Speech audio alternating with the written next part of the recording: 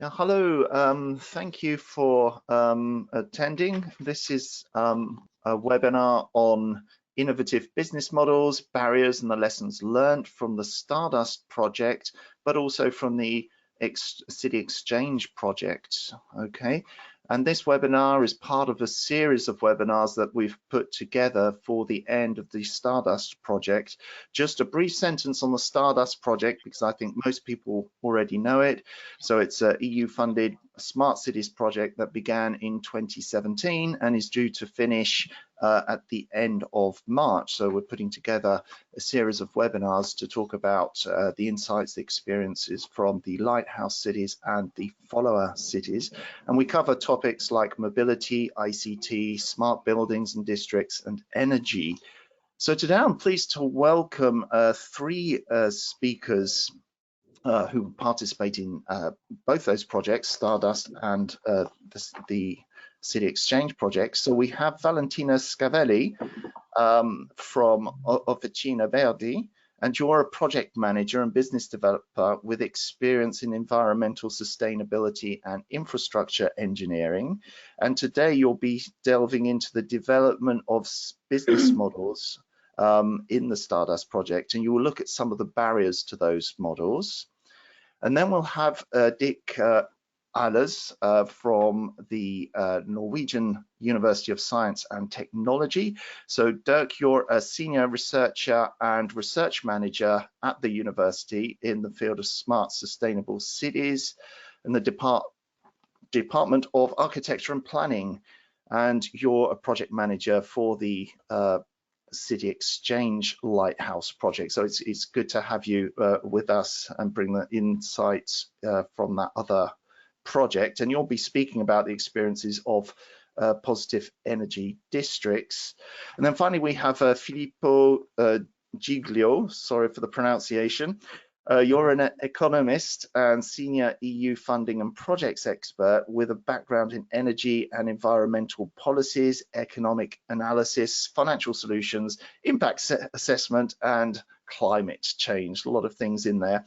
And you'll be talking about the CityxChange project and talk about the two lighthouse cities, same objectives, different stories. Okay, so I think we're in for an interesting webinar now. So just before I hand the floor to you, Valentina, just a quick word on the format.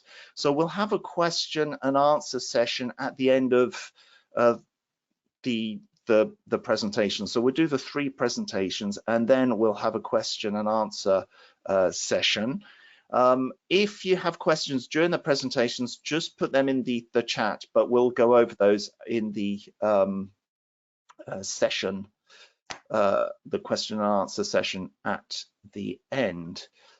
Okay, I think we can start.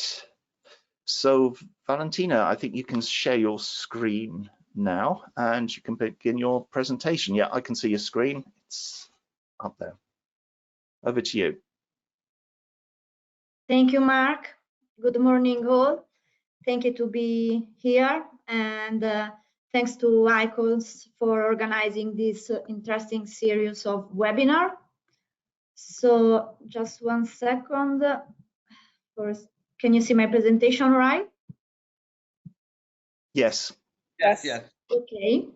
So today I'm going to give an overview about Stardust project and go a little bit more in deep in the themes of innovative business model, mostly focusing on barrier and lesson learned during the project.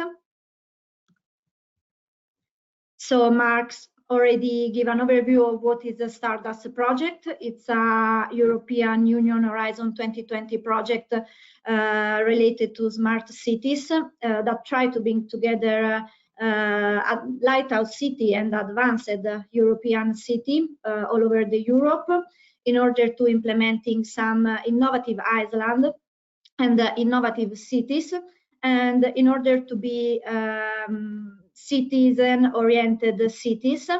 And we were trying to to create some exemplary models in order to be followed by the follower cities. So Stardust objective, the biggest Stardust objective is to be holistic and integrated urban model for smart cities. As I said before, we see in this project 3 Lighthouse cities, Pamplona, Tampere, and Trento, and 3 follower cities, Derry, Kozani, and Litomeris. Our goal was to create a green technical solution and innovative business model to address the urban challenge identified by the city, by the cities involved. And we would like to transform cities into smart, high efficiency, intelligent, and citizen-oriented cities. We would like to test and develop innovative business model and find out alternative solution, and create several innovative island health urban incubators that demonstrate scalable, cost-effective, and bankable urban scalable solution in order to create an ecosystem that make use of the new economy paradigm in European city, and to organize and foster Lighthouse city solution replicable in follower cities. Those are the activities implemented by the Lighthouse cities, most of them. So Pamplona developed a business-based district heating, a solar taxi fast charging station, and EVs and e-charging solution all over the city. Tampere built a pilot area and implement digitalized demand response services in order to have a smart district heating. Trento developed some solution for energy infrastructure and buildings, and for local RS and mobility through ETC, so implementing the mobility of the city, actually, the e-mobility. Officinae Verdi is the financial advisor of the project, and aims to develop some business model, financial and investment solution related to the activity implemented by the city. And the step to reach this objective was to collect and monitor the existing business case and models, so through the state of art.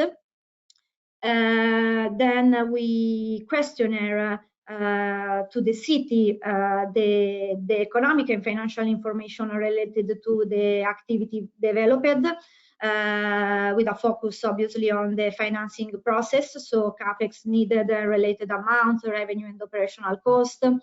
And we assessed existing and planned business model to find innovative and alternative business model. But we can have a feedback on why key actors need to implement business models. Public body and player sector need to assess how to generate revenue and keep low cost.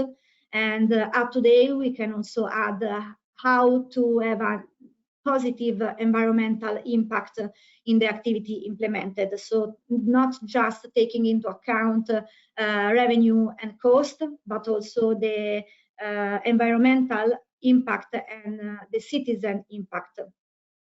So we try to implement innovative smart solution in the city, and try to give the opportunity to be replicable in some other city. The key actors for a business model are the financial institution, the stakeholder, public body, citizens, and those are all key actors, since a business model could be a successfully business model also if all the key actors work together and are active in the implementation. So through the Lighthouse and follower city partner state-of-art analysis and experiencing, we are now trying to developing possible alternative innovative solution to the ones developed within the project. We are working on it, and the result will be delivered at the end of the project in March 2024.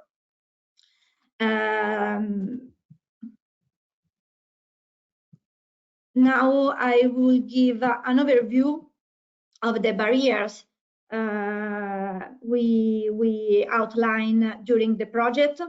I didn't do a focus about the cities, since all cities, even if they have different situation, different stories, actually we can collect some common barrier, as I outline here in the slide.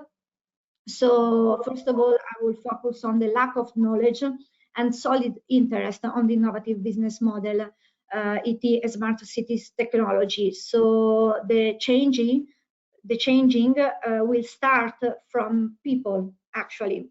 So interesting, it's a key solution. Another barrier, a common barrier, was the low regulation flexibility, and also the development of new regulation that didn't match with the beginning objective. Another key barrier is the citizen involvement. So without this, you can't create a smart cities. And last but not least, the company panorama. So industrial big company rule the market. And this is a barrier, since, as we can see in the other slide, the lesson learned, small and medium enterprise are key partner to exploit innovative solution and smart technology. In this slide, we can see an overview of the lesson learned from until right now. And we can see that actually are the solution to the barrier explained before. So the social acceptance and involvement, it's something crucial for developing business model innovative, and for developing smart cities and new technology implementation in the city. It's crucial public and private sector interaction. So if once with the other one can do nothing. And living labs success, so citizen involvement, depend on stakeholder pre-existing culture. My presentation it's finished. I would like to thank you all, and saying that if all actors start working together with the same objective, we can develop interesting smart city and sustainable solution for living a better world and a clean environmental world. Thank you. Okay, thank you very much, Valentina, for that. Like I said just before, if you do have any questions, you can put them in the chat as we go along, but we will be dealing with the questions, the actual answers to your questions at the end. So thank you for that. Now we'll go on to Dirk's presentation, but I think Giulio, I'll make you the presenter and you'll be able to share his presentation. Is that correct? Yeah. Yes. Can you see my screen? Not yet. Not yet. Hang on, I'm just making sure that I've made you a present. Yes, just a second. Okay. Yeah, you are a presenter, so you should be able to.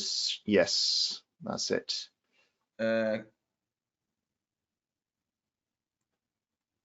Okay, full screen. You're not on full screen. We can see all the slides on the left.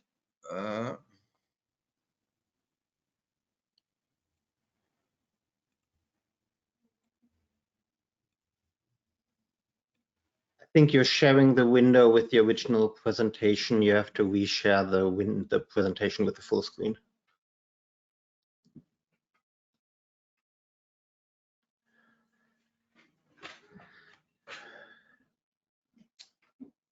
Because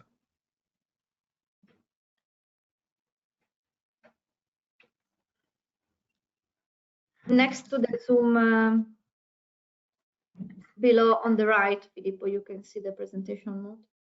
ma dove dici, Vale? Quello Il tasto di fianco allo Zoom. Più in là, il primo tasto di fianco allo Zoom. Ma questo? No, vai a sinistra, questo. Sorry for speaking in Italian to all the attendants. I just give some instruction. Well, thank you for your swift intervention there. Yeah, the screen sharing was okay. It was just not in full screen. Okay, I think we're set now. Yeah. Yeah, I see here the presenter view. If you can toggle that around. Yeah, it should be on display settings and then flip that. Yes, swap. Okay. Thank you. Yeah. And there we are. Wonderful. Good. Welcome, everyone. My name is Dirk. I work at NTNU, the Norwegian University of Science and Technology. We are up in beautiful Trondheim in Norway, where we are currently covered in a lot of snow. We are coordinating the CityxChange project, where then also the next presentation by Filippo is discussing some of the more details. And yeah, basically I can just continue with what Valentina has presented here, because we have done something quite similar. These projects all come from the same funding stream, and we've also encountered some of the same issues, and maybe we have done something slightly different. So this should still be relevant. Next one, please.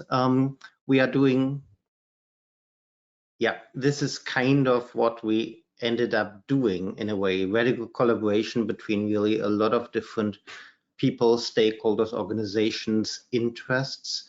So we try to align all this in a way that it makes sense that we can do this not just in a project that is funded, that has much easier finances, but in a way that it also really works afterwards, that it finds ways to work with the different people in there, that it aligns with their interest also afterwards, so we make something that's a bit more sustainable, we hope. What we are doing specifically on the next slide is positive energy districts, so similar as other projects as well. And we try to do this very city driven, so usually us as coordinator and then the different municipalities as the driver of the transitions for specific local areas, where basically we try to do a lot with the existing building stock and with the urban area between that, to both reduce the energy demand within the area and to increase the local or hyper local generation of renewables to cover this. And this is just a very simplified version, but what you see here, what we do is upgrading of the buildings. It's installation of renewables, which for us means mostly solar and thermal, and in the case of heat pumps, heat recovery, and heat pumps to the fjord, as well as some turbines in flowing river water, including some storage, as that's all more or less standard, but then also trading between the different buildings in a larger area, so that we do not have to renovate every single building, but we can get a bit away from that and look at what can the area do, where can we maximize the potential in the best ways, so neighbors can share their availability. So if someone has much more roof space than they need for self-consumption, they can share this into the area. Others can join into that, so you don't have to have your own solar panels on your own roof. You can have it where it makes most sense. You can also put the money where it most makes sense in terms of retrofits. There are some buildings that are easier to get to a certain standard than others, and if you can balance that also out with how do you deploy retrofit measures, how do you deploy solar, through this exchange and trading mechanism of energy, you can really do something different on the area level, which means also you loosen up some resources that otherwise would be bound if you only look at each single building in isolation. And that also then allows us to do some other district level measures, such as strong inclusion of mobility.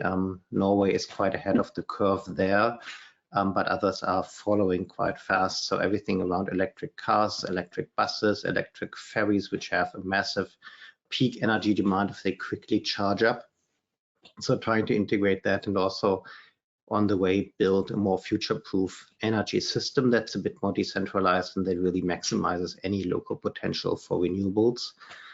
There is more details that I just want to stop the details here and to go to the next one to just show where we are doing this.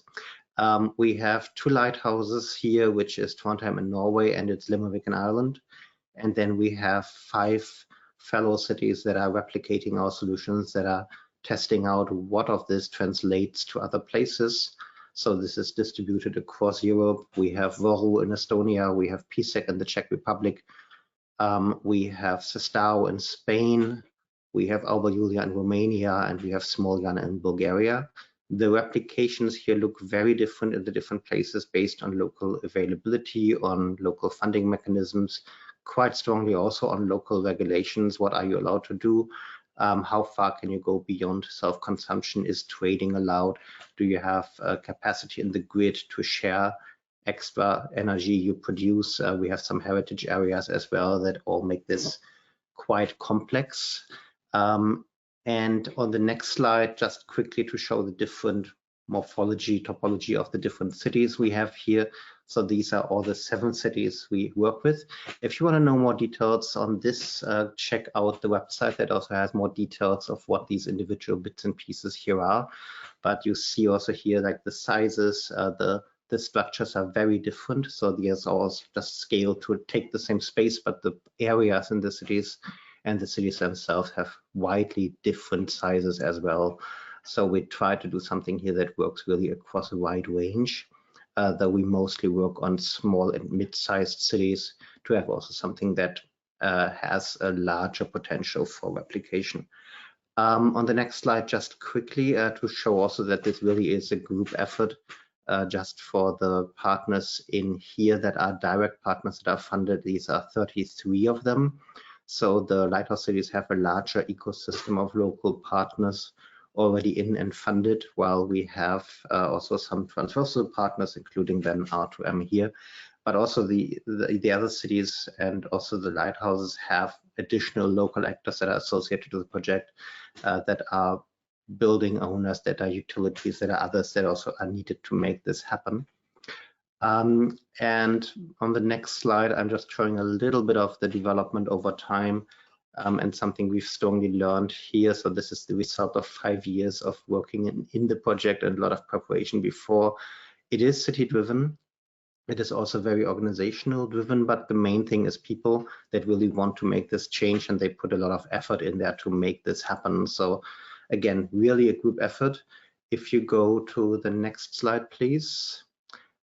And the next. So for all the 7 cities here, we've made quite a lot of progress.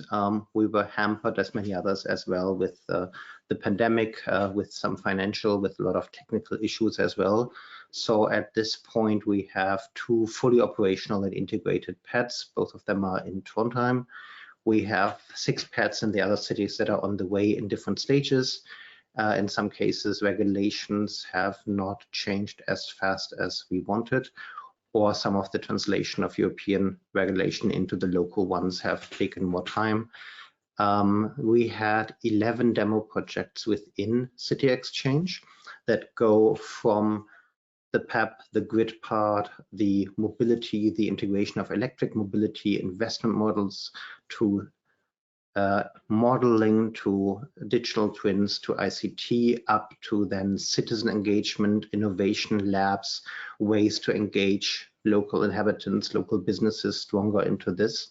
And a lot of them worked out still the way we expected when we wrote this proposal 6 years ago. So a lot of these ideas are still rather stable. And also in some cases, by encountering more setbacks than we wanted, the solutions took more time to develop, but also got more future-proof. So some of them are moving into operation at this point.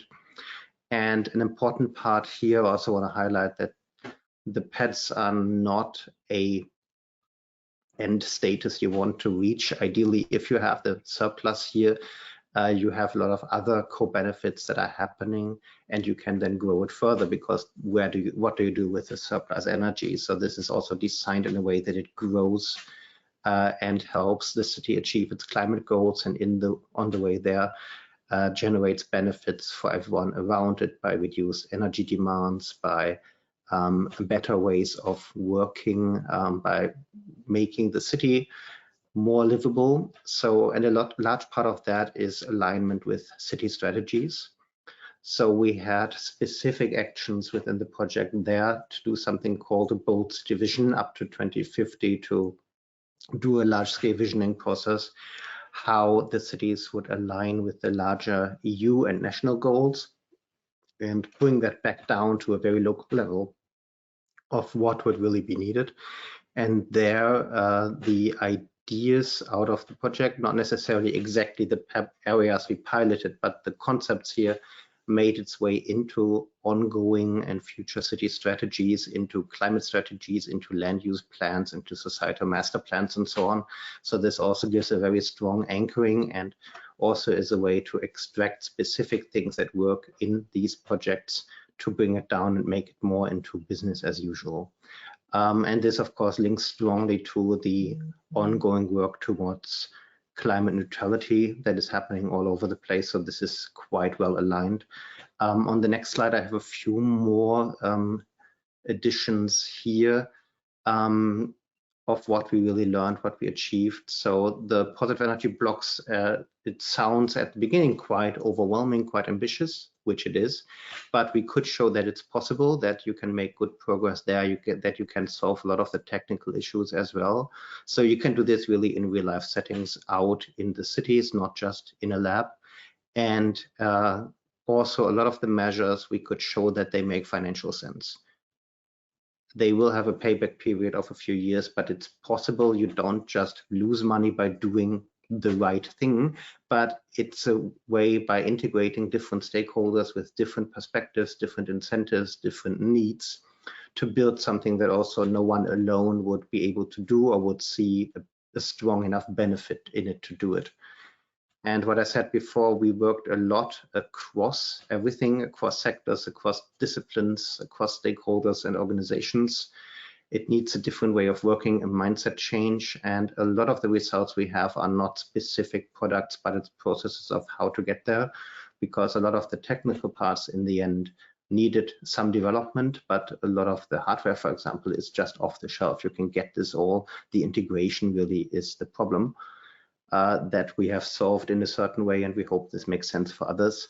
And yeah, this is 5 to 6 years of work by overall more than 350 people that have been working in the project that made these results possible. And to show then what specifically our results are on the next slide, we just recently had the final conference for the CityxChange project, and we compiled all this into the CityxChange cookbook, How to PED. This is a very accessible way. It's a mix of a technical description and a picture book to see what is happening here. So we structured it into different recipes of what you can do to do this. Some of these can be a bit more standalone than others.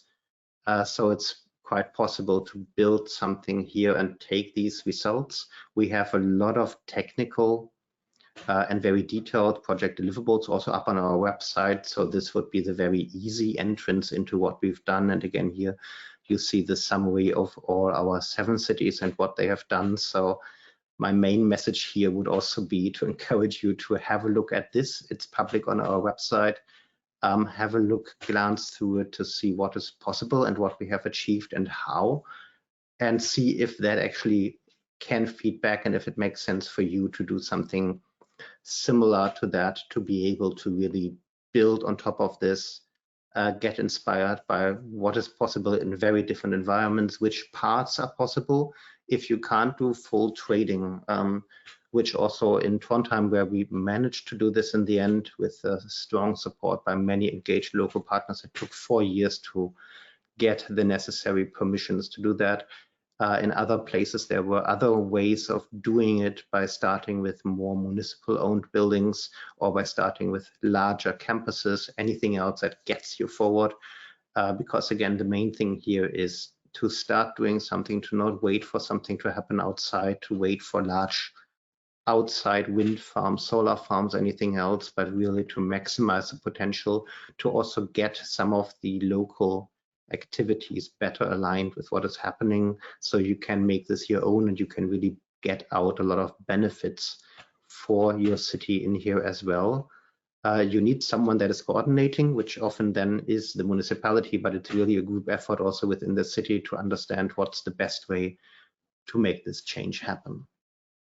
And with that, I just want to leave you with the cookbook, and basically then the last slide here is, again, the pad is more a process than a product. The rest of the slides I will just jump over quickly, but one of the processes here, this is the technical view on the energy side for Trondheim. More details are on the website and in the cookbook of how you can really get this done in different ways. Filippo has more details on this afterwards.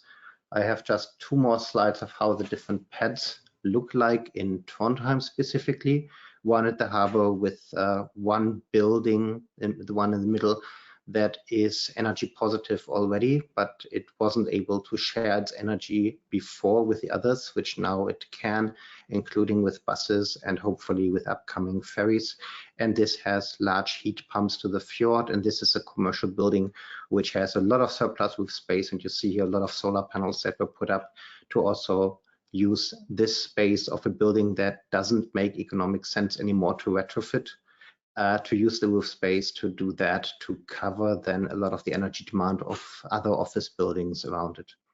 And then my really last slide is our different communication channels. Please look at these, follow us if you want, and again, look at our knowledge base of what we have done. There is a lot of very deep technical information there, and we're also very happy to answer any questions or help also out with any other replication effort someone else would be trying to do.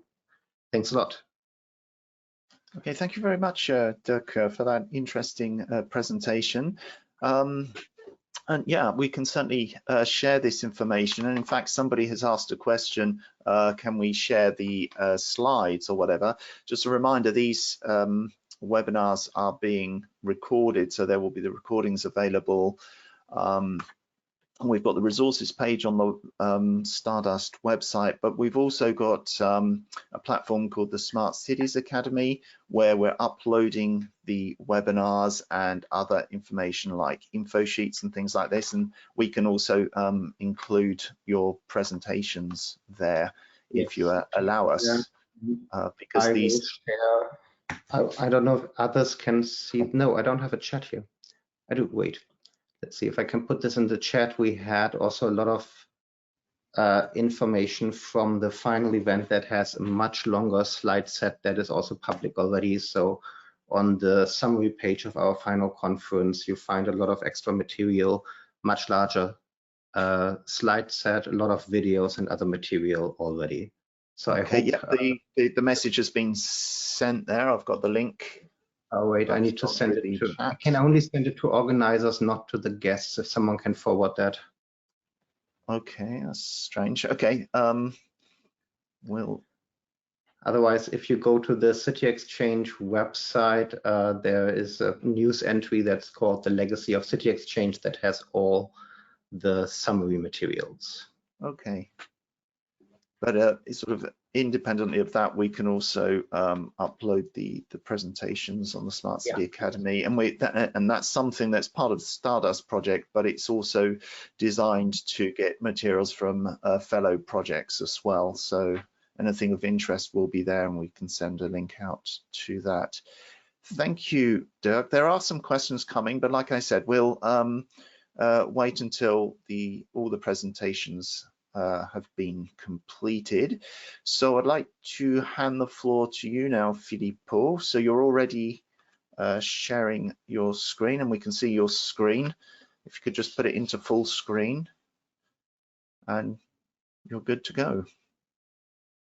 Why you can see my first slide, but I can jump to the second, which is the same, which Dirk, because it's the let's say the main image, no, of representing the CityxChange project.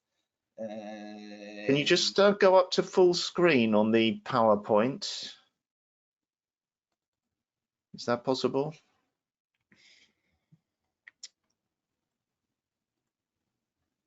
Now you can see full screen. No. I don't know why. It's strange because when you click from beginning, you should automatically go on to full screen in PowerPoint. Yes, I know. It's a bit strange. I don't know. Look, because we are sorry something. Well, I've sent to you. I shared with you my presentation, or you can show. But it's fine. We can see it now. If you just swap it again, then it should be fine. Hopefully. Okay.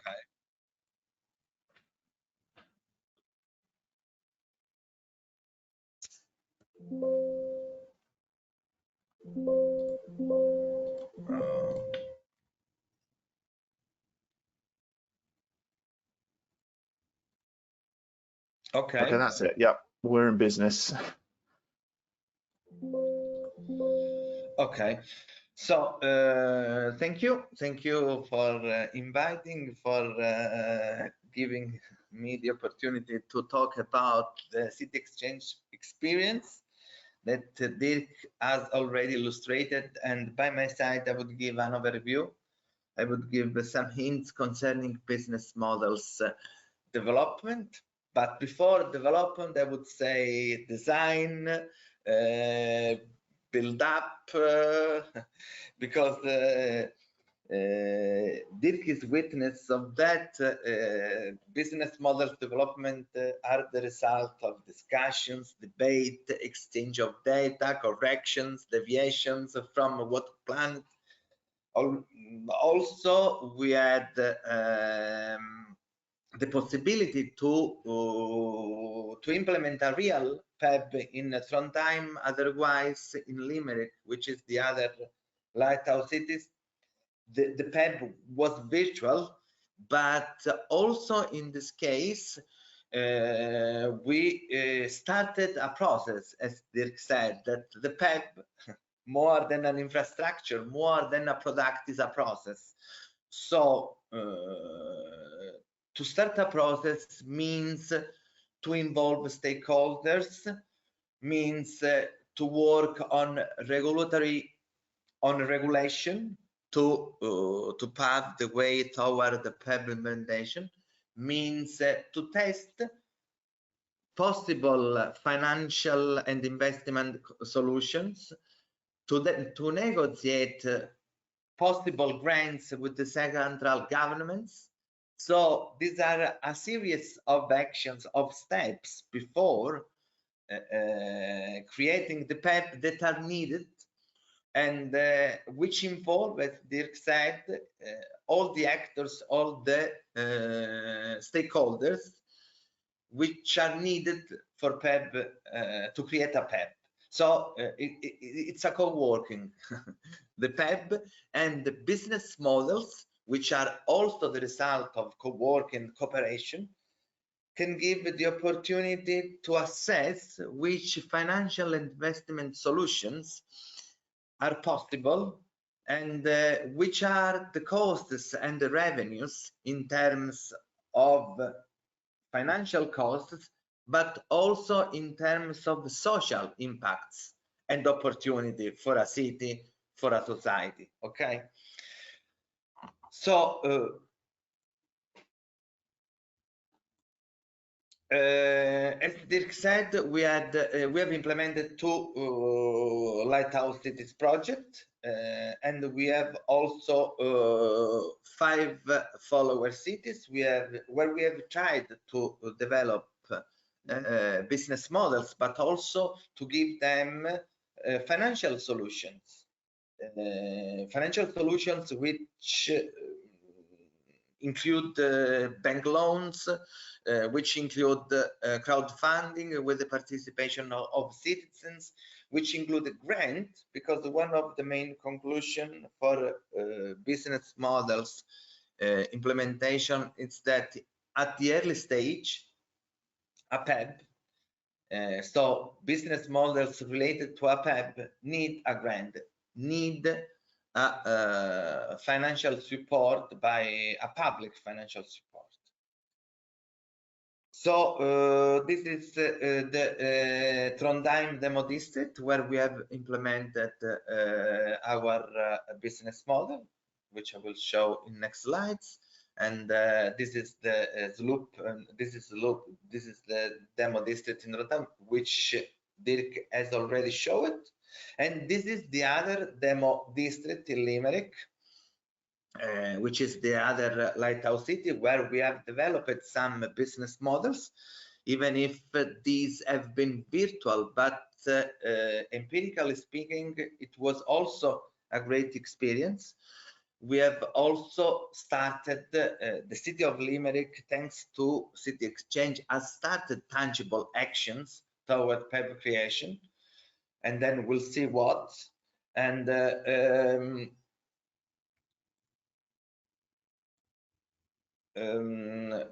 work done in the demo project has been to design, develop, and implement the novel and investment models to create towards the establishment of the PEBs and PETs. Okay, so what we did, basically what we did was to collect energy data, to provide financial and economic analysis, and to try to find funding solutions for the cities. And then inside these actions, we have developed and implemented new innovative business models, and we have also analyzed the risks for each player participating in the investment in the PEB.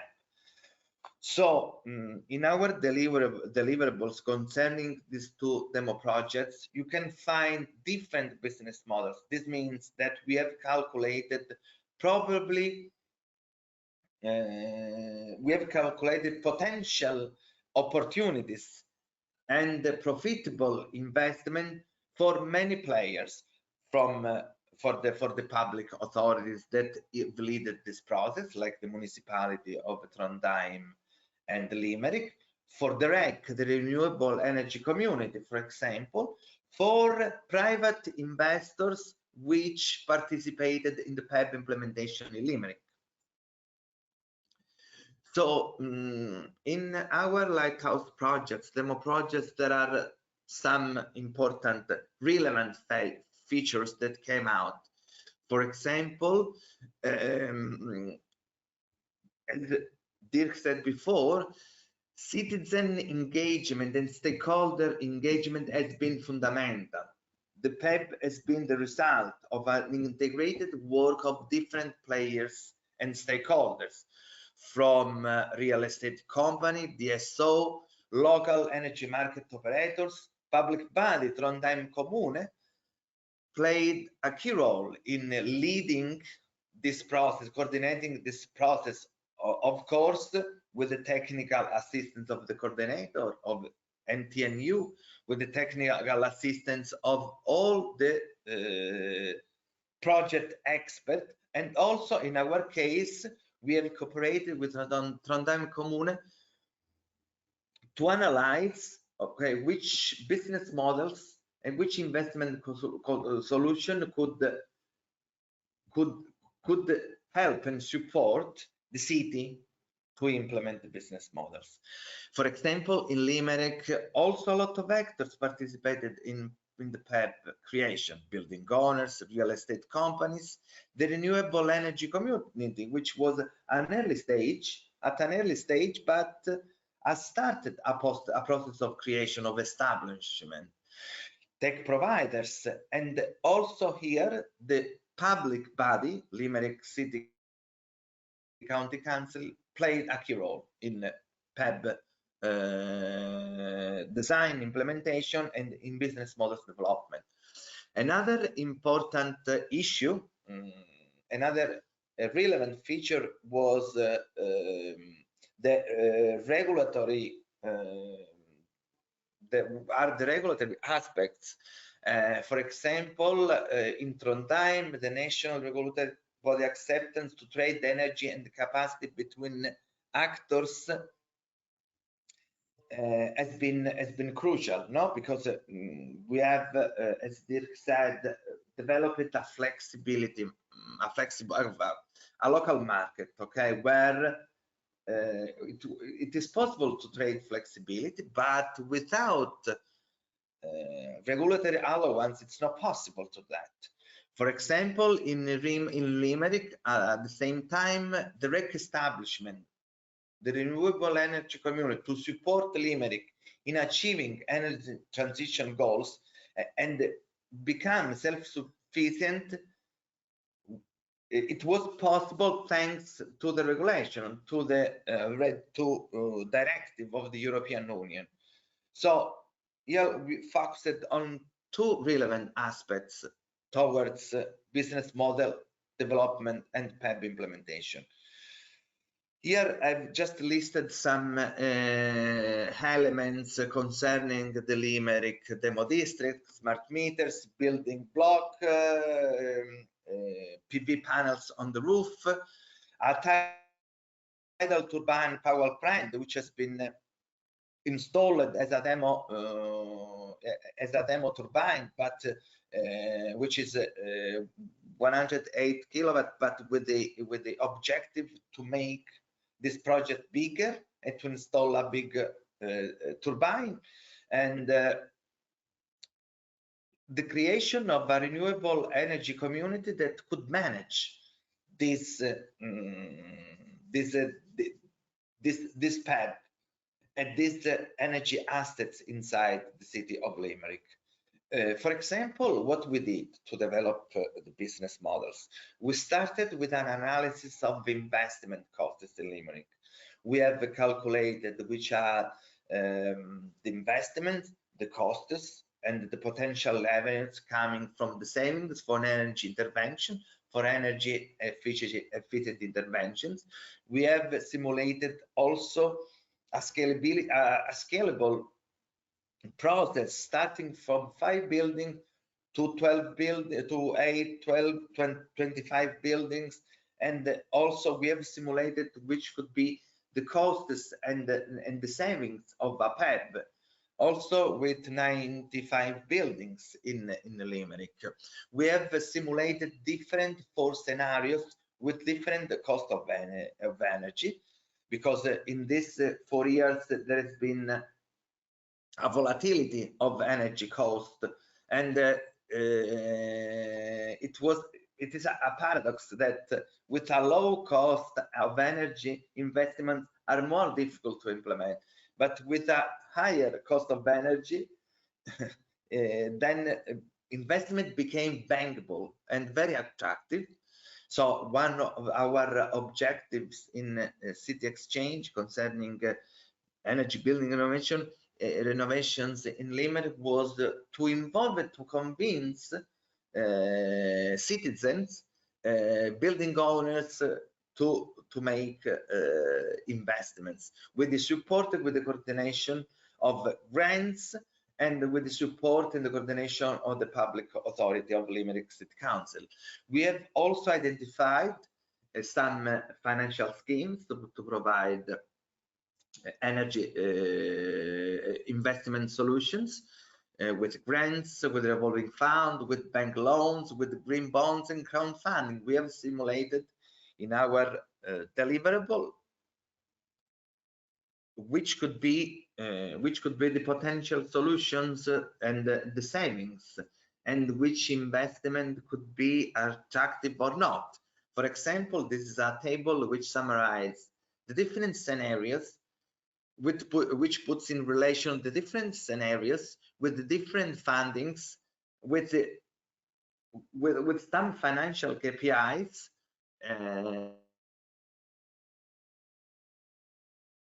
This was very useful for Limerick City Council, because just gives an overview, gives some numbers on the opportunity, on the bankability or not to invest in the PEP and to make these interventions and investment happen.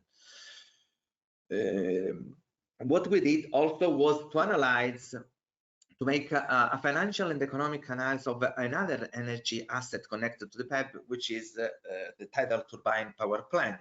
So we have calculated the investment, we have calculated the costs, the revenues, the depreciation, the operation and the maintenance costs, and we have calculated the payback period and the return on investment, just to give a tangible result on the attractiveness of the investment, on the convenience or not.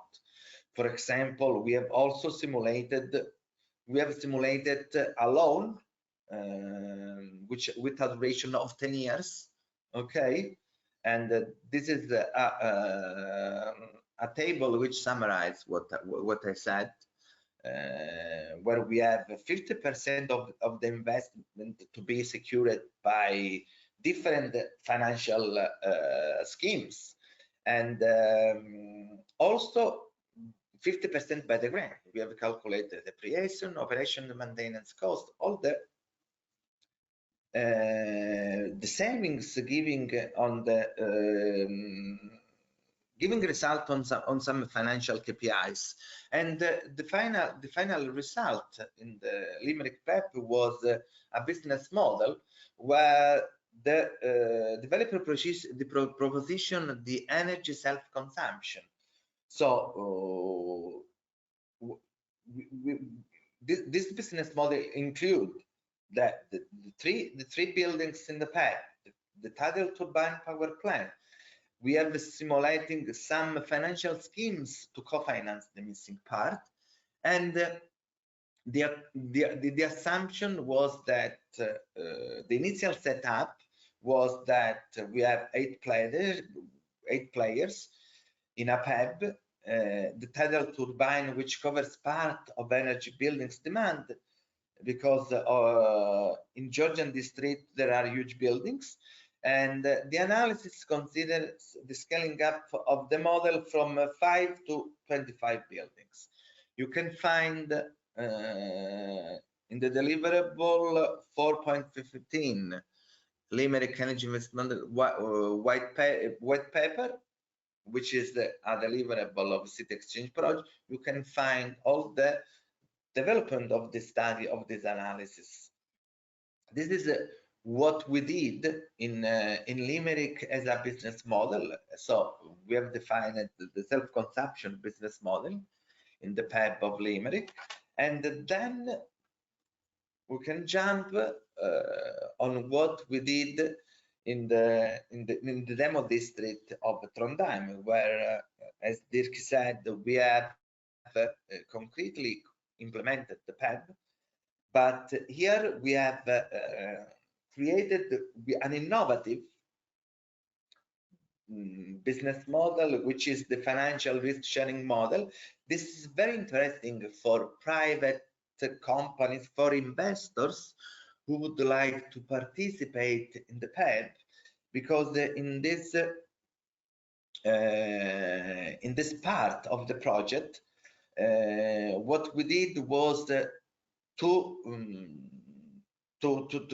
support players, investors, and which are real estate companies, community system operator, different DSO, different players participating in the PEP, and we have measured and assessed their convenience or not to participate in the PEP. They risk also participating in the PEP.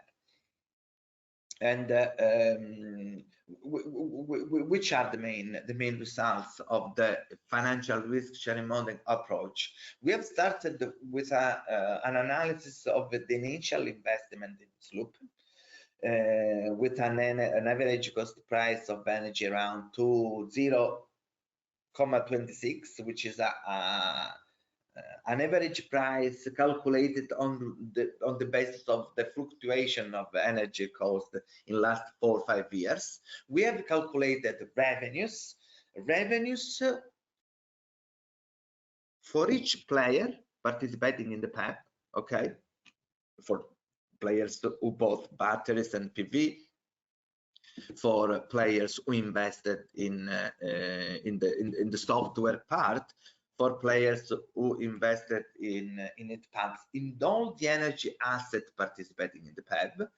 And we have calculated the total revenues for all the actors participating. For example, one of the main outcomes was the highest revenues are for building owners, and that the cash flow was positive for all the actors participated in the PEP. We have calculated that simple payback vary from 2 to 17 years, even if so maybe there is something to correct, okay, and to make all the investors be convenient in participating in the PEP. So this is another outcome of the project, to estimate, to calculate, because before CityxChange project, players acting in the project, they didn't know who could get more revenues or more costs in the PEP participation.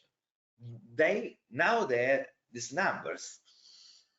So also the time needed to recover the investment. Okay, this was all the work done, and which is available, and you can find in deliverable 5.16 of the CityxChange project. But we share the slide, and you can find all the information, all the documents.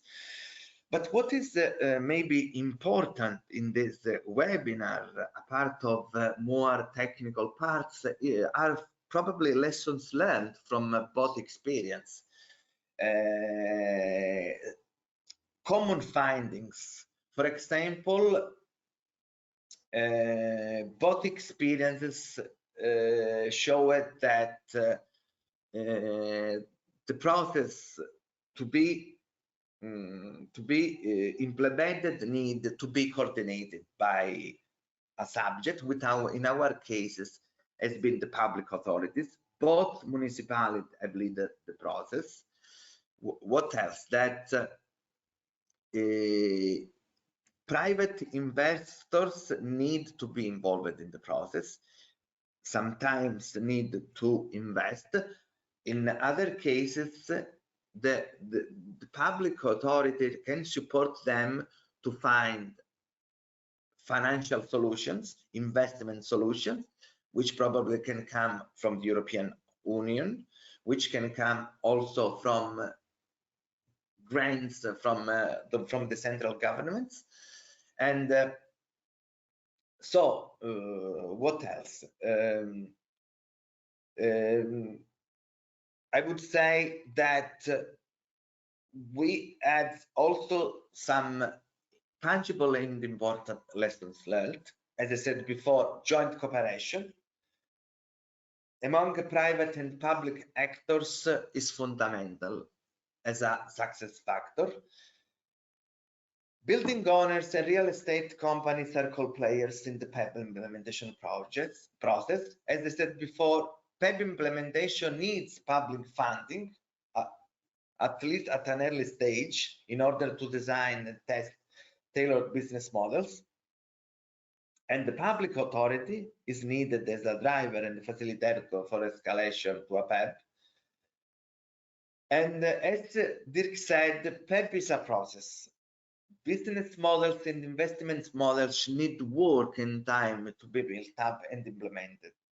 Because now we try to explain, to tell the story in 20-25 minutes, but business models implementation are the result of long discussions, elaboration. We exchanged a lot of time, data, energy data on possible interventions. We have spent a lot of time to calculate revenues and costs, also on the basis of the fluctuation of energy price, and we have created a mix, okay, of possible financial solutions. A mix means that part of the investment can cover it by a grant, another part can cover it with an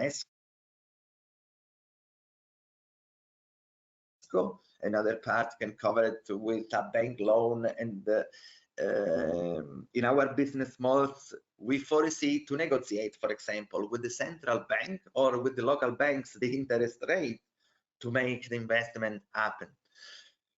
So, well, I would say a lot of things and tell a lot of stories, but I think that my time is over. But we remain at your disposal for questions, clarification, and don't hesitate to ask me anything if something is not clear. Well, I'm sure that something is not clear, but I am here. Thank you. Okay, thank you very much, Filippo, for that comprehensive presentation, and especially the sort of lessons learnt at the end there.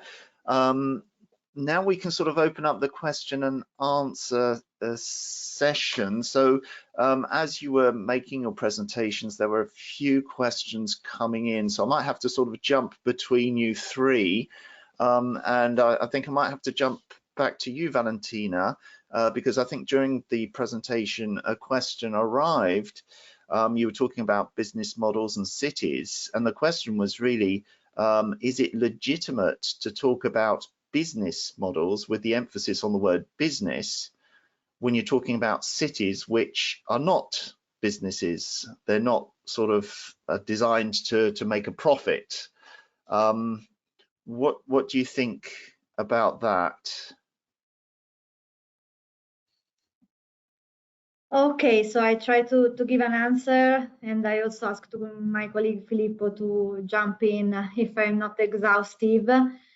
Yes, the objective of a municipality is not make a business, but they must have a balance of cost and revenue. So even if we are not talking about a profitable maximizer profitable business, we have to take into account that municipality had some money to spend and to invest, and they need to return on the investment made it.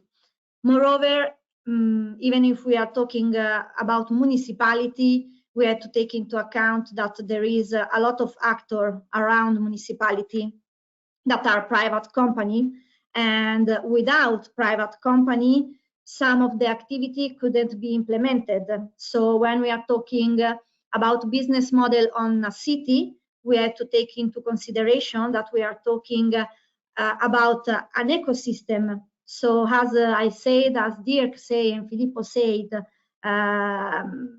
smart cities can't become only by municipality action.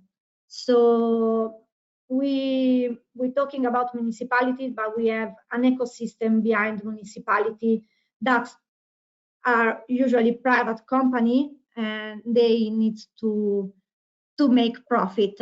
So in a complex business model where there is a lot of factors, municipality can give not a negative profit, like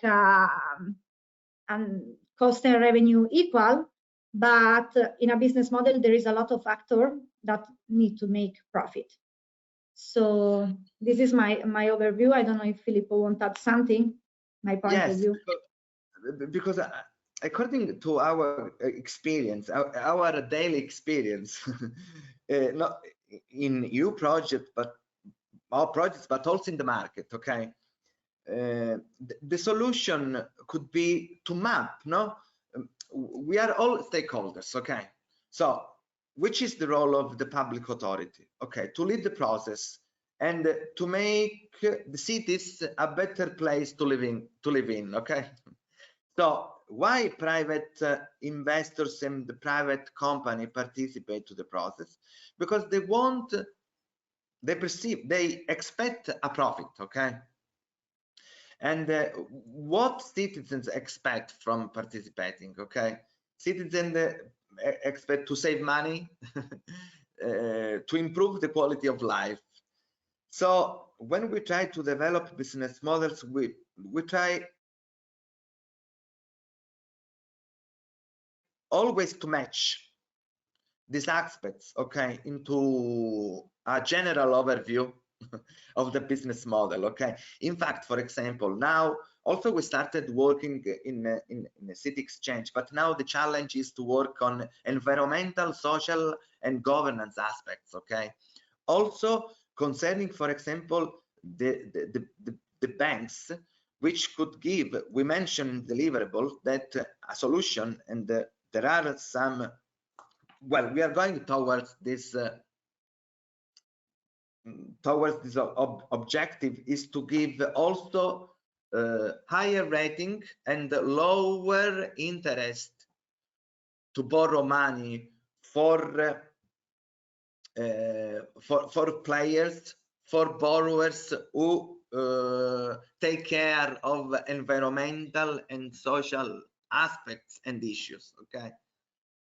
So I don't know if this question is coming from a private company, but of course, when we look towards, when think about a private company, we need to think about their profit in the market, okay? Also their welfare, their working welfare, no, of the employees, no? But above all about their profit, okay? Well, so we should be clever to make the business models attractive for them, okay? Otherwise, they don't come to invest or to participate just for ethic or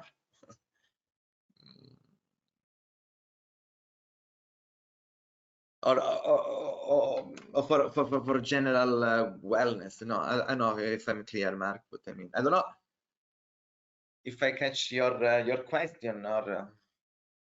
Yeah, thank you for that. I think Selena, who's the person who wrote that, I think she's a journalist, actually, and she's working on various projects and writes articles for our projects.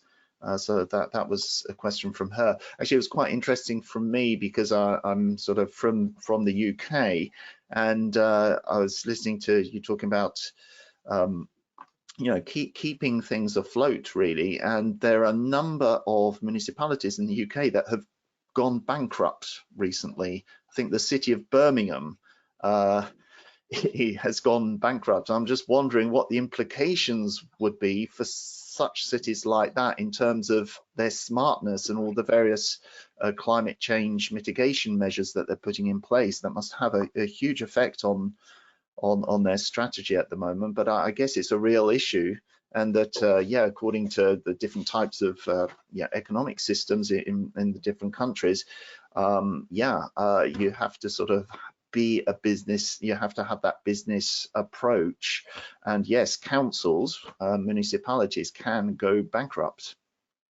and that's yeah, that's a reality we're seeing. One of the best practices now are private and public partnerships, okay? Where, for example, we had good examples in Italy concerning the public lighting, okay? With the ESCOs, okay? Where public bodies provided a tender, okay? And the ESCOs participate changing all the lights, the public lights, okay? And they gain money from the savings, okay? So the system, for example, worked. when there is the possibility to involve a private investor, because public bodies or get money from Resilience and Recovery Fund, for example, at the moment, or from other financial schemes from the European Union. But otherwise, also in Italy, municipalities have not own budget now at the moment. Most of them are in bankruptcy, yeah, also in Italy. Okay, let's just move on to another question from Michael Adelstam. Are there any calculations on measures, whether they're individual or on system level, on investments, payback, etc., that clearly present the business cases? So I'll read that again. Are there any calculations on measures on investments, payback, that clearly present the business cases? I'm not sure who to put that to. I think it came up during Dirk's presentation, but I can't remember. Right, I can just very quickly, I think the rest of the question will go to Filippo. For the Trondheim case and CityxChange, we could show that it makes economic sense for everything as a whole. So it's not like an individual thing. It was the combination of multiple stakeholders that also do a sort of risk sharing there. For the details, it's something in the end also depends on what you prioritize.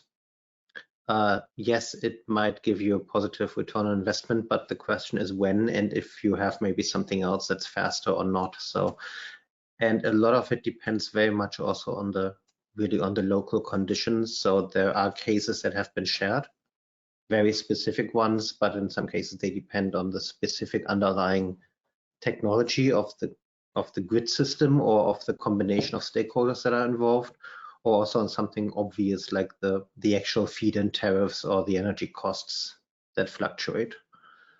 But I think Filippo can give a bit more detail.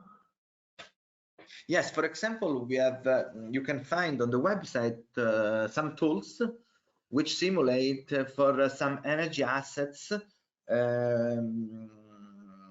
possible. First of all, they calculate some financial KPIs. Okay, they calculate costs, revenues, interest on loan. We have simulated bank loan, for example, revolving fund, and these tools can be applied also for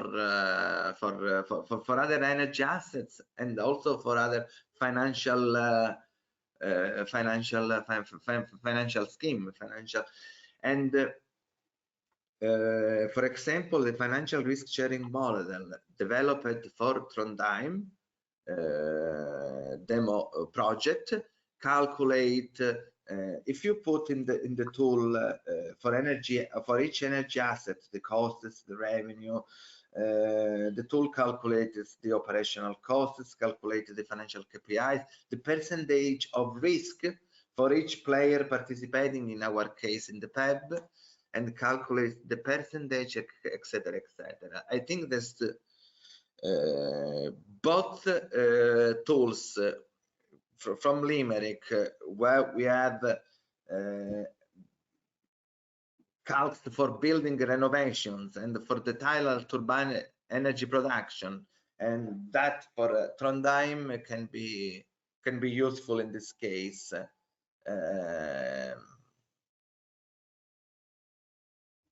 I think that they are looking for these kinds of calculators. Okay, thank you, Filippo and Dirk there. We do have another question. I think we've just got about time to have another question. What funding or financial schemes could be applied at the EU level to make investments happen? Any ideas about that? EU level schemes? I don't know who that could be given to. In our deliverable and also in our deliverable, I mean Trondheim and Limerick in my case, okay, where you can find the links on the slides. we list a lot of EU schemes that could be applied. The point is that on what you need, I mean, for studies, research, etc., there are some new facilities, okay, and some cooperation projects. For infrastructure interventions, there are structural funds, for example. There is the possibility also to apply for the resilience and recovery fund, for example. And then these are grants, okay?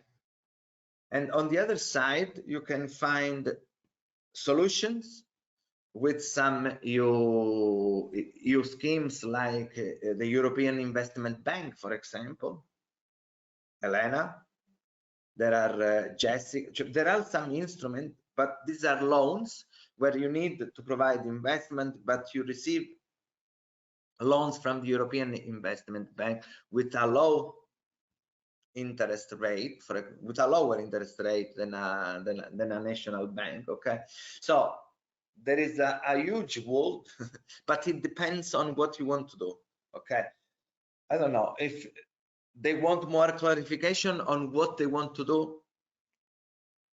We can also have a discussion, a part of going to the deliverable. I don't know, because this is a huge world. Okay, so but what is important? It's what they want to do. Okay, what they need. If they need money, fundings for infrastructures, for studies.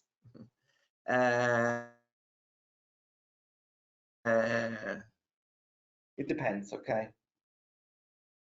I don't know if I'm clear. Yeah, that's okay. Time is going by, and I'd just like to squeeze one last question in, again from Michael Edelstam, who's asking, were citizens or households considered as financiers in any of the projects? That's quite a good question there. Dirk, do you have anything to add? I can give a large overview. So for the different cities, we have very different structures of the areas that were selected. Trondheim has a lot of commercial buildings, so there it was worked out together with them. Limerick had this old historic area in the city center. A lot of the buildings are owned by basically the business that is on the front, on the bottom level, and the other ones are rented out. Some of them are jointly owned. So there it was a lot trying to figure out how to do this with citizens. But the building owners, a lot of these measures were extremely expensive. So it was really with more the commercial ones. There were some other ways that were tried out to do something with crowdfunding, where we just didn't have yet the right finance model set up, or some of the details. But also there were then other things tried to find ways how to support the community with small open courts where people could apply for funding to test out ideas on a small scale to see if it would work. And so far in most of the other cities, also the engagement there has been around how to find funding, financing sources from the outside for building owners, because in a lot of cases these things are a bit expensive. So it's either finding other sources, helping with finding out ways how to use tax incentives or anything else.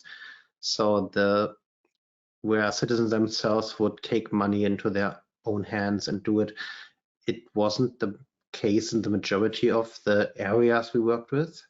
I think in other cases it might be much easier to do, but still finding some way to make it easier, because in some cases also this is still quite complex, and we didn't do it in our project, but in other cases, also in some of the cities that we work with that have done it in other projects, to basically get energy advisors from the municipality to work with individual citizens to work through these issues. So to give some support to help them to find the way to do the finance, so to pay themselves and to get something additional on top of what they themselves would pay. But it's actually quite a complicated thing, and it really depends a lot on the local conditions and also how far the municipalities might be able to do anything around tax rebate or similar things like that to make it a bit easier.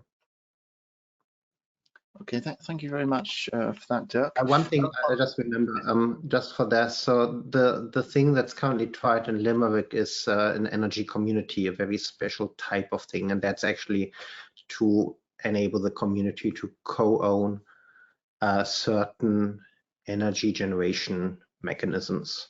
So that would be, I think, the closest to the question. So that would be finding ways to do joint ownership within a citizen group.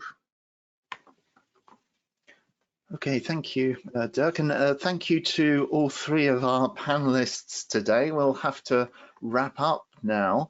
So thank you very much for those presentations, and we'll make those available on the Smart Cities Academy and via the website. Just before we go, we continue our webinar series, and the next webinar is tomorrow at 11 o'clock Central European Time, and it's entitled Replication Strategies Compared, the Challenges and Lessons Learned from Stardust and Positive, the Positive Smart City project as well. So you can tune into that tomorrow. And we also, just a reminder that there's the final event for Stardust that takes place on the 28th and 29th of February, so coming up very soon in Pamplona. Information is available on the Stardust website for that if you wish to attend. So thank you to all the audience. Thank you again to all three of you. Well done for that. And well, thank you and goodbye, and hopefully see you next time. Thank you. Thank you, Mark. You. Thank you all. Bye. Bye.